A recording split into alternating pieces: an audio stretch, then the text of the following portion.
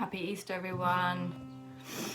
So I was thinking this morning and I just thought I'd do a quick video about, obviously Easter is about the death and the rebirth of Jesus Christ, and regardless of whether you're religious or not, or you follow this tradition, it as a spiritual community is something that we can think about, that we have to do time and time again.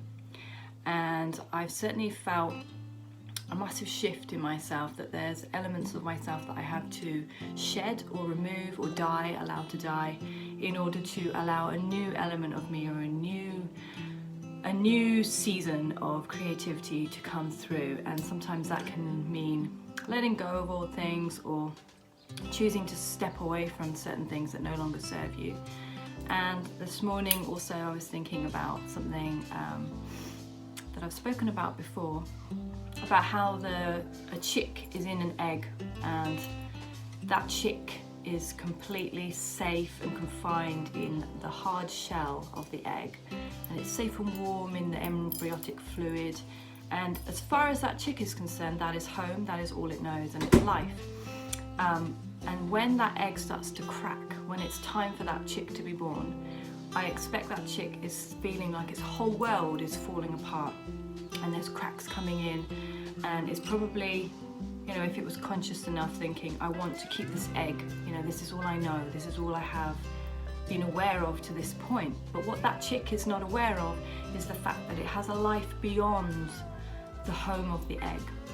So beyond that egg, there is a whole life for it to be a hen, and to have chicks of its own, and to graze in a field, and to see the light of the sun and the warmth of the moon at night, and clouds and community of other hens and farm life, or whatever life it's going to have. But there's a new life outside of this egg, and this familiarity.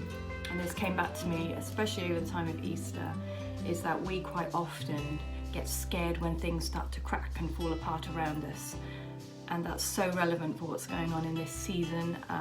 So much of us have experienced our lives pretty much falling apart, but in many ways have come back together. We've reconnected to things that perhaps we disconnected from, or we've discovered a new sense of creativity, or a new way of doing things, or a new message to talk about, or whatever it might be for you. It's this sense of newness and a new season. So just briefly, I just want to encourage you today that